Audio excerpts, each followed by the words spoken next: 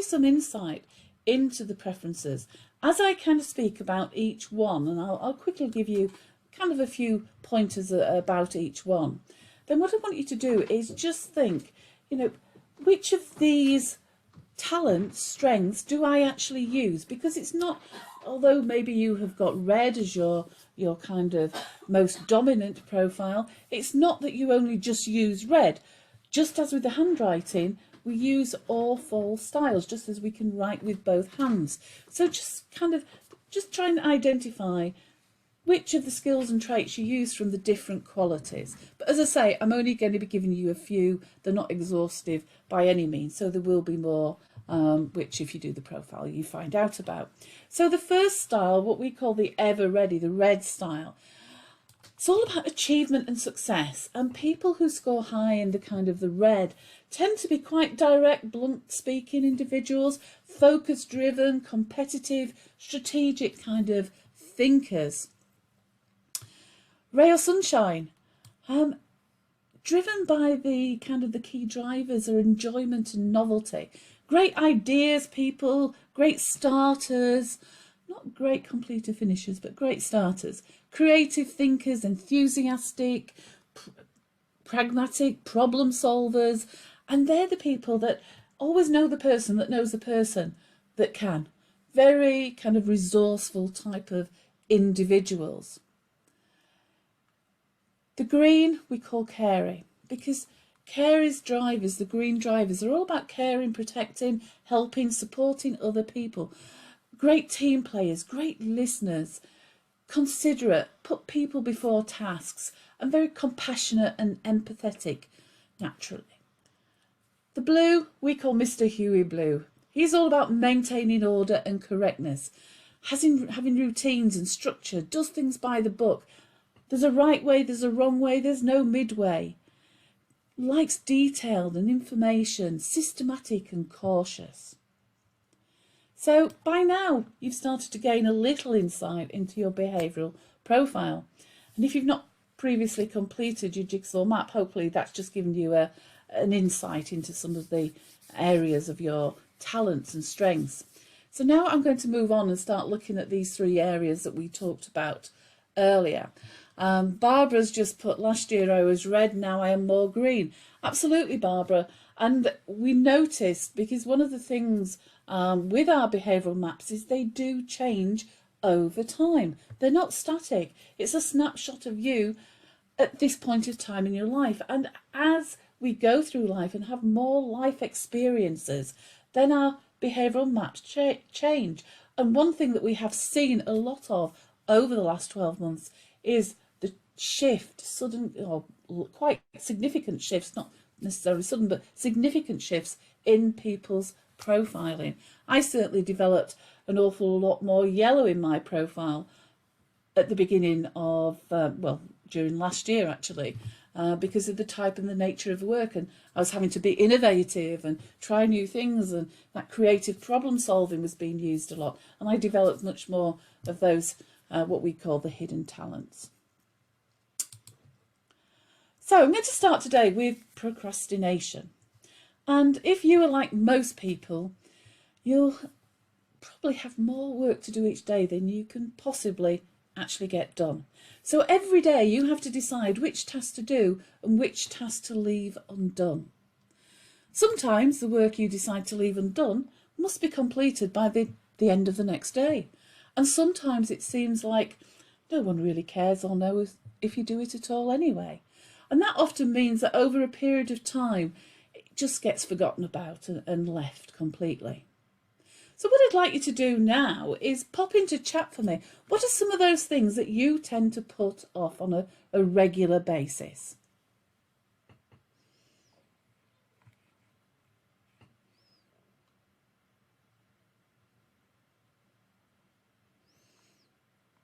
What kind of tasks do you tend to put off on a regular basis? Personal development, admin, writing up meetings, accounts, policy work,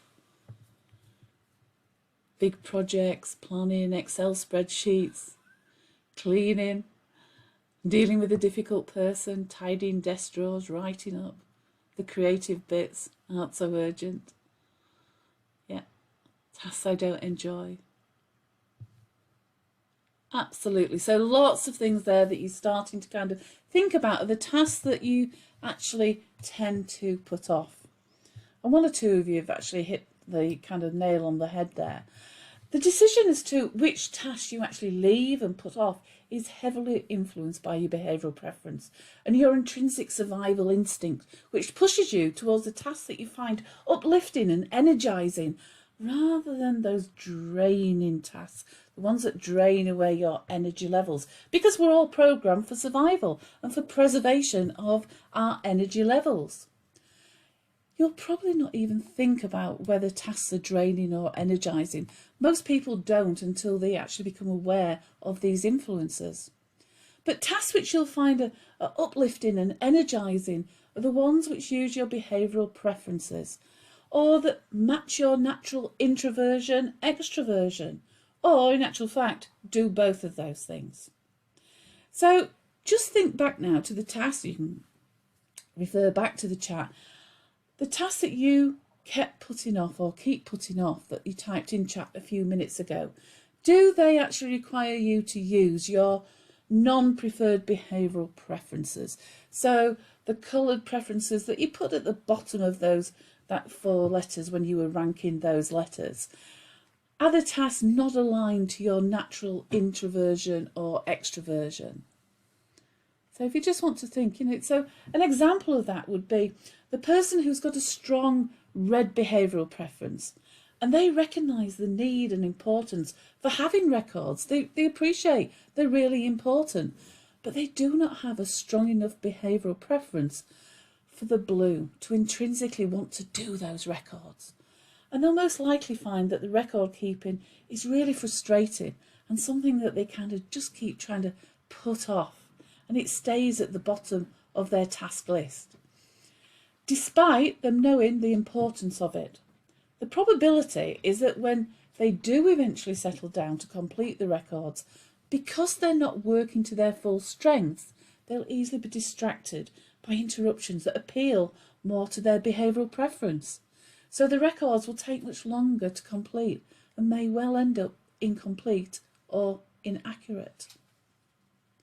So now we're getting some things through there. Yeah, I'm confused as I dislike policy work, but I'm definitely blue. However, I think it might be because they're about ticking boxes as to why I don't like it. Yeah, absolutely. And if it's not aligned directly to you, and that's something we could explore. And at the end of the session, Tracy, you'll see there's some dates up there. I'm happy to have a kind of set up a conference call with you, a Zoom call with you, and we can just chat through that if you'd like to explore that more. Absolutely. Yellow in the morning, blue in the afternoon seems to work for me. Brilliant. So now what I want you to do is just think about the tasks that you really enjoy doing. What are those tasks that you really enjoy? And are they more aligned to your introversion and extraversion or your behavioural talents? And just note any kind of comments you've got there, what you're noticing about the tasks that you do put off and the tasks that you actually enjoy doing, the ones that you do all the time. I'm yellow and explains perfectly why I hate filling in data. Yeah, absolutely. Working with people. For the green, Roxana, yeah, absolutely.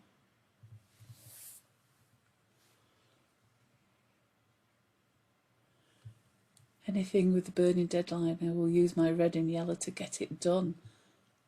Love creative stuff, yellow. Designing training, love doing, and linked to my introversion preferences. Delivering training, also love doing it, but sits outside my introversion. Absolutely, Helen, and that's perfectly fine. That's very much like myself, actually. I am quite a dominant introvert, and I, have to extrovert for an awful lot of the time that I am working. But then what I do is I compensate for that by having some quiet, reflective time to myself in an evening, for example, and on a weekend. I need to kind of have that introversion time to recharge my batteries. So absolutely relate to that. Creating new ideas and mind mapping projects suits my yellowness. Yeah, absolutely. So it's really great that we start to think about these things, because it's something we don't actually analyse, and we can actually take it that step further and link it into actually trying to schedule those jobs and doing those jobs at a time to suit our energy levels. So it's important to be aware of and accept where and how our natural survival instinct and behavioural preferences are causing us to ignore or overlook or procrastinate those important tasks which actually could sabotage our personal success and have implications on the team or for organisational performance, etc. Everyone can concentrate easily. Now you might say, not sure about that, but truly everyone can concentrate easily and naturally when we're using our behavioural preferences. And we will never enjoy the same easy and energising concentration while we're working from our least preferred behaviours. Again, it's like writing with the wrong hand. We have to think about it. We have to concentrate more. And we find ourselves hoping for interruptions and finding reasons to break off and do other things, which we tell ourselves are important, or I'll just do that because it won't take that long to do. The reality is, this is our mind's natural way of saying, hey, this is not easy. It's draining my energy. Stop doing it. Do something that's fun, something that I enjoy. But if we take the time to acknowledge and accept our behavioural preferences and our least preferred behaviours, we can actually free ourselves up from the pressure that we actually put ourselves under by keep putting jobs off sometimes. So if we take a look at some of the things that we can actually do, we can delegate perhaps some of the work to others, the work we find more draining. We can ask for help from colleagues, possibly exchange tasks with a colleague to enable both of you to work more to your preference. Is your manager aware of yours and other team members' behavioural preferences? If not, perhaps you could have a conversation and suggest looking at how the team organise and allocate tasks. Can it be changed? So I actually, many years ago, worked with a team in a hotel, and one of the complaints was that actually the department, one of the conference department, are really inconsistent. Some of the team members, when a client comes in to see them, they're instantly out of the desk, downstairs. They spend anything, an hour and a half downstairs with the client. But you know what? It can be a week later and that information is still sitting in their in tray waiting to be processed and sent back out, the contract sent out to the client. Whereas some of the other people that work in the office, when a client actually arrives, it can take what seems like an age. They go down and they're there and back, and minimum kind of time spent with the client.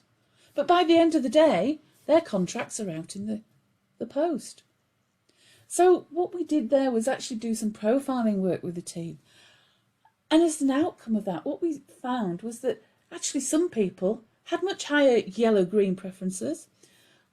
Extroverts, there were some extroverts in the team, there were some introverts in the team, there were some blue administrators in the team. So we actually allocated tasks, and while we made sure that everybody knew they were still maybe would have to go down and see clients, there'd be times they'd be in the office on their own, and so they'd have to be able to cover all the functions of that conference office. But the people who were their behavioural preferences were more aligned to doing the contract work, they did most of the contract work. The people who were more aligned to going and meeting the clients were more customer facing, and it made a huge difference to the performance of that team.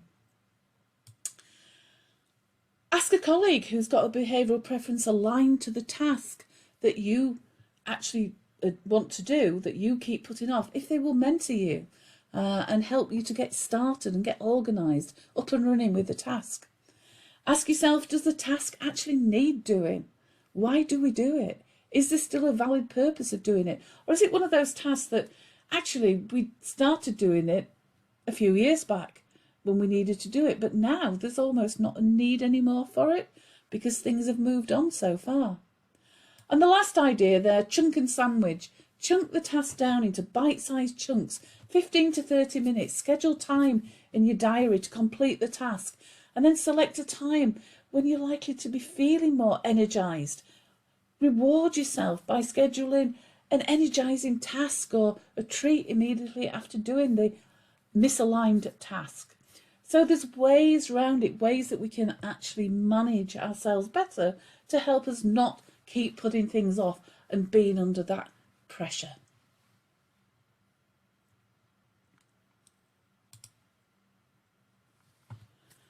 So looking more now at time management.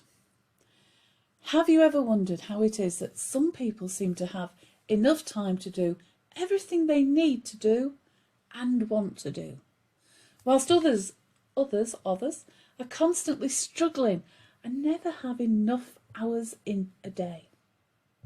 One of the most interesting places to see the effect of our behavioural preferences in our lives is by observing how we manage time. So what I want you to do here is just take a look at the statements on your screen and reflect on whether you agree or disagree with them. And I'll just give you a moment, I'll pause for a moment just to actually let you read through those. Do you agree or disagree with them?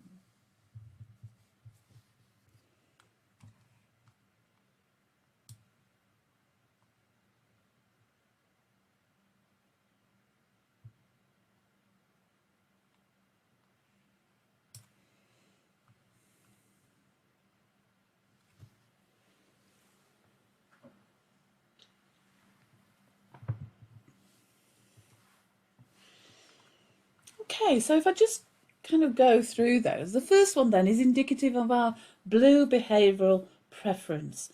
If you recall, people with a higher blue preference like structure and order, and they like to follow a process. So they like to have those to-do lists.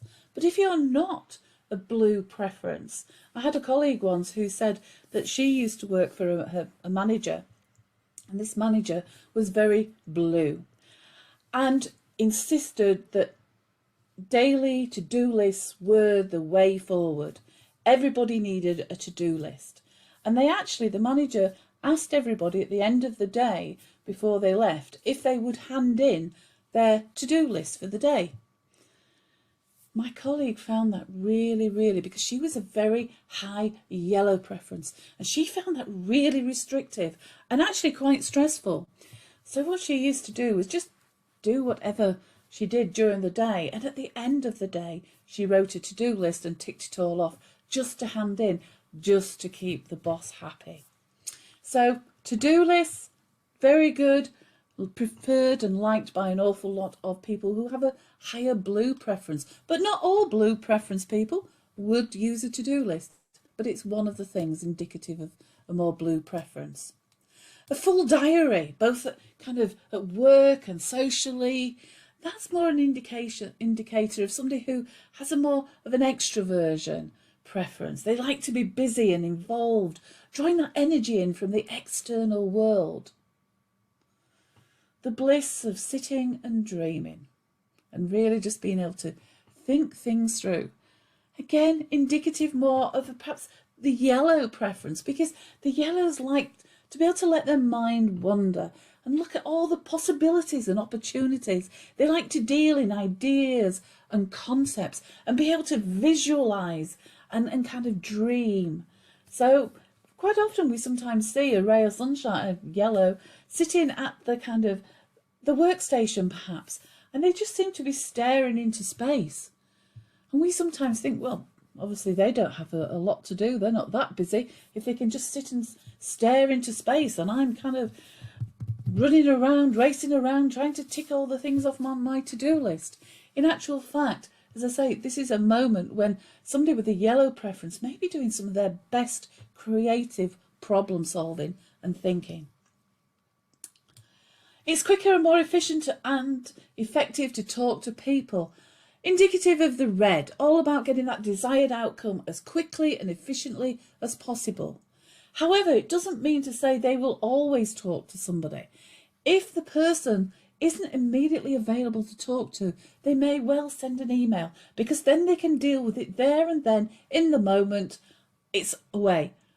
It's in somebody else's court now to respond. When faced with a new challenge, worry rather than doing. A green indicative preference there. They like the known, they like familiarity, they like to know what they're doing, because the reason behind that is they want to please people, they want to help people, so they like to actually know what's going on and actually feel comfortable in doing that. So they don't particularly like new challenges that are just kind of thrown at them. They tend to worry about them and fret about them a little bit, more so than some of the other preferences do. So again, by spending time reflecting on our behaviours or observing how other people act and behave, it can be really insightful about our own and other people's behavioural preferences. So if we look at how this knowledge can help us at work, I'll share a situation with you where I was asked to help a manager who was really struggling getting any work done. And after speaking to them for a short time, the cause of their poor time management became very clear. They had a very strong green behavioural preference and a very low preference for red or blue. And much of their work involved scheduling, monitoring, reporting, which they found really frustrating and got little or no satisfaction from it.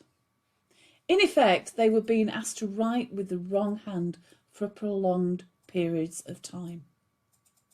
Not only was their behaviour frustrating to them, the manager himself, but it was also frustrating and confusing for other people who couldn't understand why they were always behind schedule, why they couldn't keep on top of their workload, because other managers appeared to manage just fine.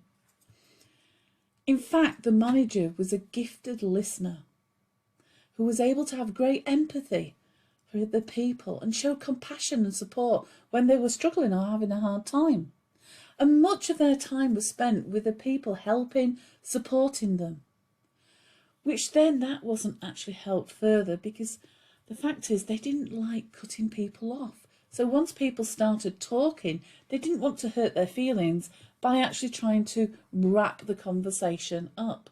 So they spent an awful lot of time talking with their people. So the manager's problem was not so much with time, but with the alignment between their behavioural preferences and the design and expectations of the role. Now, this is a typical issue that we see, and often we see it when a team member who is really well liked, does a great job as a team member, gets promoted to team leader, manager, and little consideration is actually given to the alignment of their preferences and the expectation of the role. And without that correct consideration and support, the team member can very quickly feel out of the depths and frustrated, and stress can start to set in. The worst case scenario, it can actually lead to a very talented team member leaving the business completely. Now, in the instance I spoke about with the manager that I was working with, the solution that actually came there was that the manager was supported by another manager who had a high blue preference and was very comfortable doing the scheduling and monitoring, but they really struggled to do the green behaviours. They found it really quite difficult and frustrating, being empathetic and compassionate towards their team, actually just showing the team members how much they were appreciated and valued. Now more than ever, we know that psychological safety in many organisations is at an all-time low following the last 12 months. And we know the importance of managers being empathetic and compassionate. So the green behavioural preferences are much needed talents within our workplaces in 2021 and beyond. So, quick question. Which of the behavioural preferences, red, yellow, green or blue, are naturally the best managers of time, do you think? So just type into chat for me. R if you think it's the red, Y if you think it's yellow, G if you think it's green, and B if you think it's blue. Who are the best managers of time?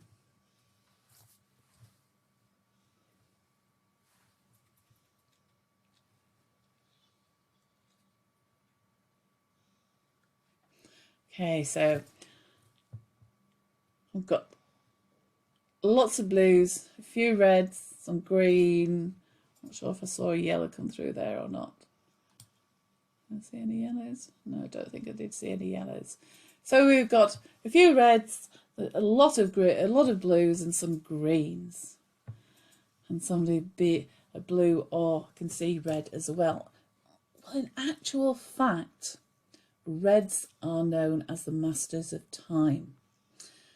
And the reason behind that is, if we look now, the blue behavioural preference, they have a tendency to overschedule their diaries and leave no time for impromptu meetings or tasks.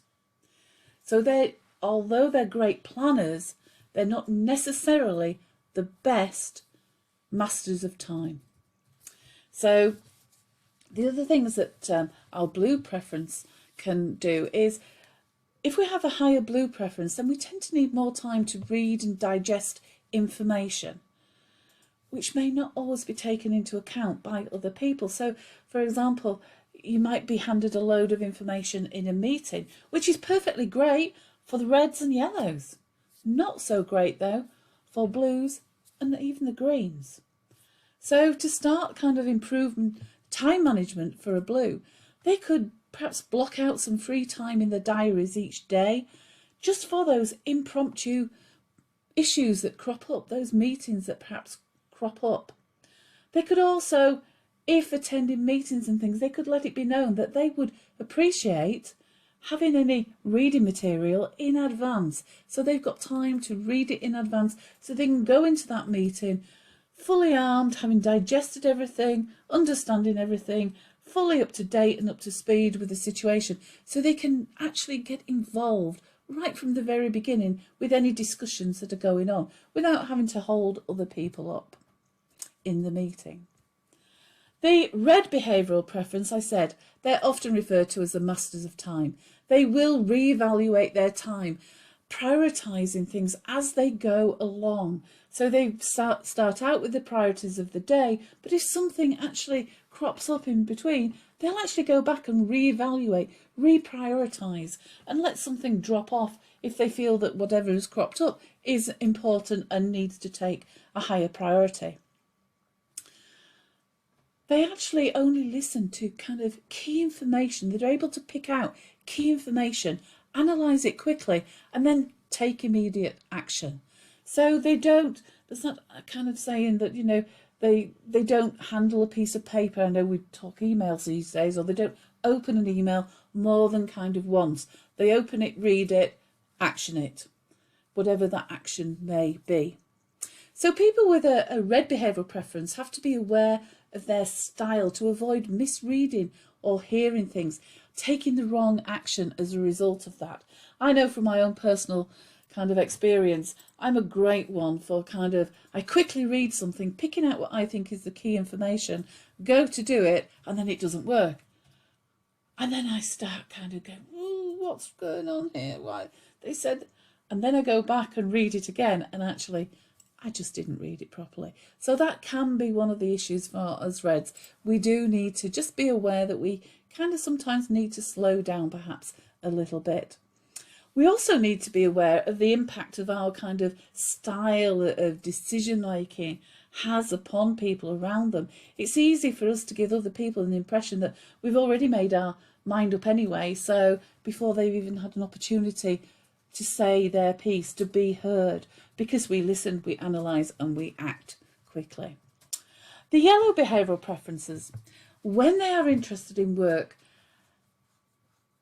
the actual task, when they've got a real interest in their task, they get totally absorbed into the task and can lose all track of time, meaning that they may well kind of miss meetings miss meals, even miss sleep sometimes, because they get so involved in the task that they're doing. They're so energized by doing it.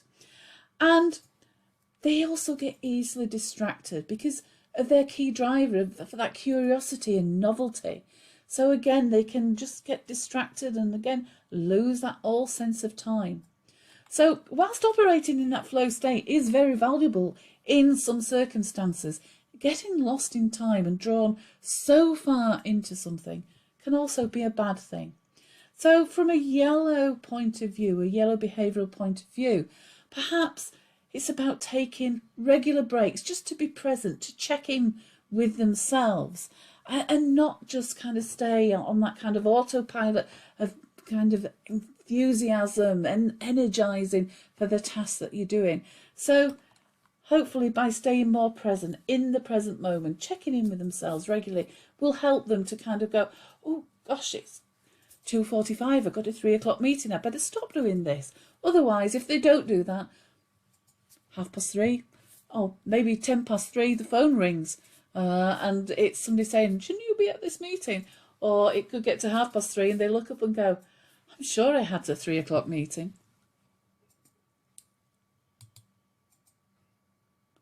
So decision making is another area in which our work style is strongly influenced by our behavioural preferences. So in decision making, the general rule is we make decision from our preference unless our environment forces us to do otherwise. So, quick question for you. Which of the behavioural preferences naturally make the best decisions? Do you want to pop your thoughts in chat for that one?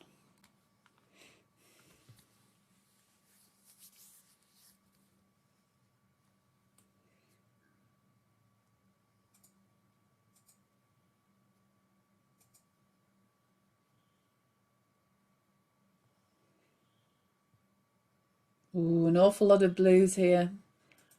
An occasional red. A green. Excellent. Yeah, Ali. Yeah, Ali says what depends on what kind of decision needs to be taken. Absolutely right. And Jill says the red quickest, not necessarily the best.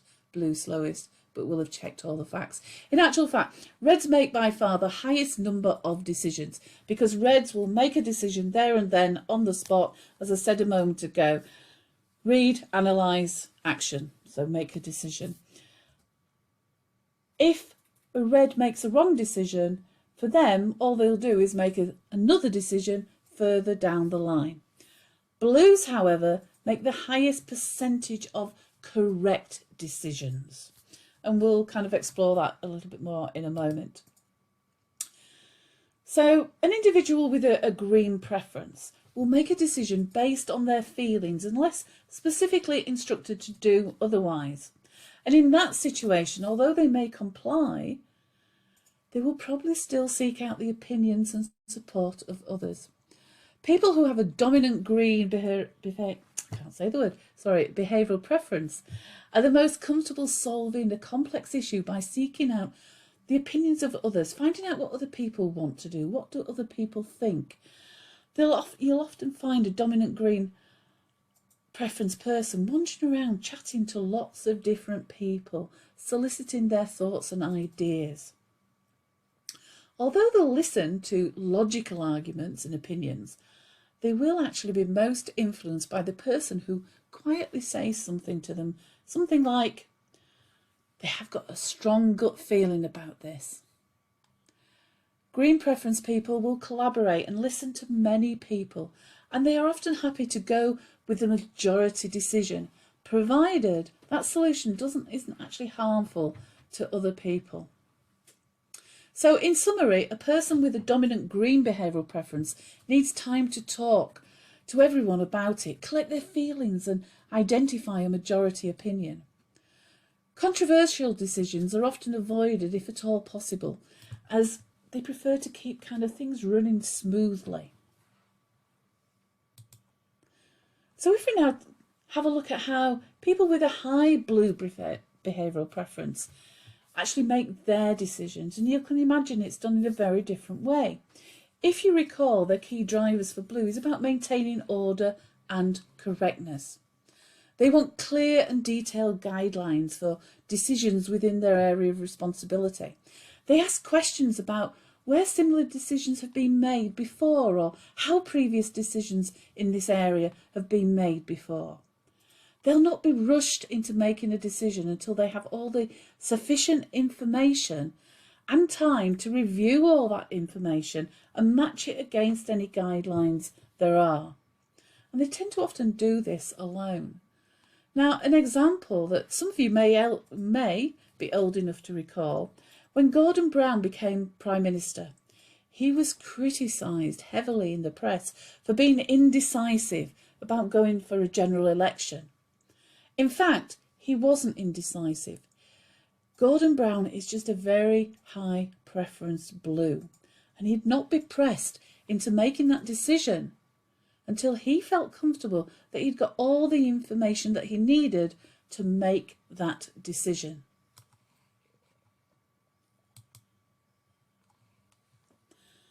The yellow behavioural preference. People with a yellow behavioural preference in situations which enable them to actually use that yellowness, the yellow talents and strengths, such as selecting a new approach to solving a difficult or complex situation, tend to make quick and intuitive decisions. And those decisions are often correct. They're reliable decisions. But they cannot be supported usually by evidence and logic. And this is an area where many organisations and risk-averse managers lose out, as a typical response to the yellow preference is to ask them to slow down a bit, consider the facts, and to produce a more logical and factual kind of reasoning behind it. And this is like asking the yellows to write with the wrong hand. And as they start to try and find that facts and break it down into kind of logical reasoning, they start to actually confuse themselves. And once they start doing that, they can very easily then be talked out of it being such a great idea in the first place. Many entrepreneurs have stories to tell, and you've only got to start talking to them about the major errors that they've made because they allowed themselves to be talked out of an intuitive decision. I actually have a personal experience of allowing my ideas to be talked down because I couldn't expand on why I knew my decision was the right decision. But I've also got an occasion when I had a manager who backed my intuitive decision, which, if it had backfired, could have cost the company about £250,000. The one big difference in this instance with the manager who backed me was that we had a very trusting relationship. And he trusted me enough to know that if I was putting this forward as a solution, that I was fairly certain this was going to come up trumps and be a winning solution. And so he trusted me enough to actually back me. Unfortunately, it all paid off. So we were all happy. The red behavioural preference person will only make decisions about things they believe to be important in the long run. They'll not waste the time making decisions about things which have little or no consequence to the achievement of that bigger goal. They focus all of their energy and attention on those high-yield tasks and drop tasks which offer little payback. They're very good at actually using the 80-20 rule.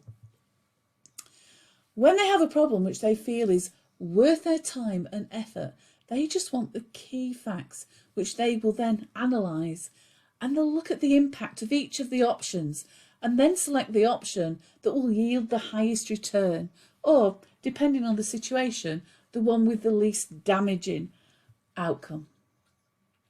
The key to making great decisions is to be aware of your decision-making style. Then ask yourself, is it appropriate for the type of decision which needs to be made? If not, then seek out help from someone who has a preference more aligned for the type of decision that needs to be made. Actually Perhaps this is a great area for mentoring to help you develop and be able to flex your style, navigate your behavioural map as we talk about in Jigsaw terms. Over the years since the banking crash, however many years ago that was now, the media has reported time and time again about the poor quality of decisions being made in organisations of all sizes and nature around the world. And decision making has been kind of named, it's on the top of the priorities list for those much needed areas of development as we go forward into 2021 and beyond. Almost every aspect of our work life is affected by our internal thinking preferences. Regardless of who we are, there are things we will not do well and things which we can do but are not as satisfying or enjoyable and will take more effort for us to do well. So how can we make sure that we actually live the best possible life, be the best version of ourselves and feel energised and fulfilled by the work that we do? The first step is to learn who we are and gain a real appreciation and understanding for how our behavioural preferences influence and guide us. Then, and only then, can we be more proactive about shaping the life we want by managing our preferences and learning how to navigate our behavioural map or flex our behavioural style to align ourselves with the situation. If you're a manager of people, having increased awareness and understanding of yourself and others means that you can support and empower your team to be the best by enabling conditions that best support individual team members' behavioural preferences. You can support your people to spend the majority of their time writing with their dominant hand. That brings us to the end of today's webinar. And whilst you have a moment to type any questions that you may have in either the chat or the questions panel, please do that. I'll just kind of share with you this next screen, and these are some of the ways that you can kind of interact with us and get involved. We will be doing another virtual showcase, Jigsaw Discovery Showcase, and showing you and taking you through the tool. You get an opportunity to actually complete your behavioural profiling and have a follow-up one-to-one coaching session. Those are completely free, and the next one is scheduled for the 5th of July. We did one at the end of last week, so the next one's now the 5th of July. You can also book one-to-one coaching sessions with us online and have a 60-minute coaching session, which again, it allows you to complete your own personal behavioural profile. You can book those 30-minute consultations. There's a couple of times and dates there on screen. And by all means, take a look at our website, jigsawdiscoverytool.com. That gives you lots more information. And do keep visiting the website over the next 6 months or so. We're actually developing it more and more and developing it to be a real kind of hub of information around behaviours, behavioural preferences. And it's actually going to be known as Behaviours Matters. So, are there any questions? You've just got one in chat. I know you mentioned mentoring. What about coaching individuals for change and improvement in their life? Absolutely, coaching. Coaching is perfectly valid. We do coaching sessions, as I've just mentioned there, in it. So absolutely, why not? Coaching and mentoring, depending on the situation and what is more appropriate. Are there any more questions?